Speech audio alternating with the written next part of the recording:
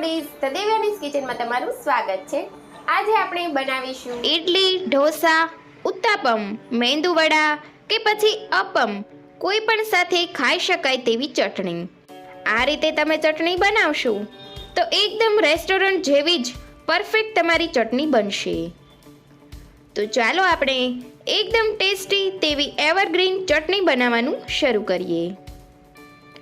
ચટણી બનાવવા માટે અહીં આપણે એક મિક્સર જાર લઈશું અને તેમાં 100 ગ્રામ દાળિયાની દાળ લઈશું।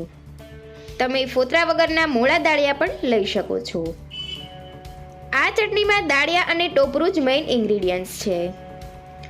હવે તેમાં એક આદુનો ટુકડો ઉમેરીશું।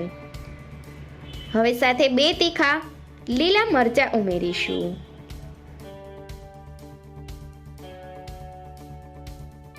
સાથે સ્વાદ પ્રમાણે મીઠું ઉમેરીશું અને અંદાજે 80 ગ્રામ જેટલું ખમણેલું ટોપરું ઉમેરીશું। તમારી પાસે લીલું નારિયેળ હોય તો તે પણ ચાલે। અને હવે 3 થી 4 ચમચી દહીં ઉમેરીશું અને હવે મિક્સર જારનું ઢાંકણ બંધ કરી તેને સરસ પીસી લઈએ। આ ચટણીમાં તમારે લીલા ધાણા બિલકુલ નથી નાખવાના। જો ધાણા નાખશો તો તમારી ચટણી રેસ્ટોરન્ટ જેવી નહીં બને। હવે તમે જોઈ શકતા હશો કે ચટણી એકદમ સરસ પીસાઈને તૈયાર થઈ ગઈ છે।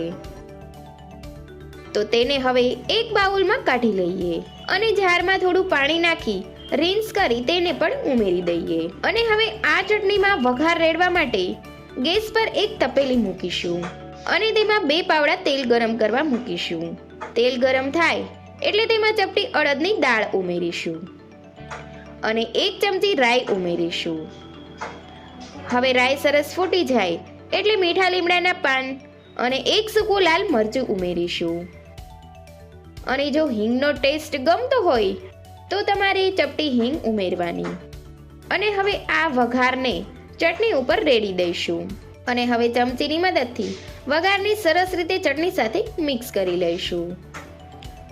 તો રેડી છે આપણી માત્ર 5 જ મિનિટમાં બની જાય તેવી એકદમ મસ્ત ટેસ્ટી રેસ્ટોરન્ટ જેવી ચટણી। તો ફ્રેન્ડ્સ, આ રીતે તમે પણ એકવાર ઘરે જરૂર બનાવજો। અને મારી રેસીપી ગમી હોય અને આવી નવી રેસીપી જોવી હોય તો મારી ચેનલને લાઈક કરજો, શેર કરજો અને સબસ્ક્રાઈબ કરવાનું ભૂલતા નહીં। Thanks for watching.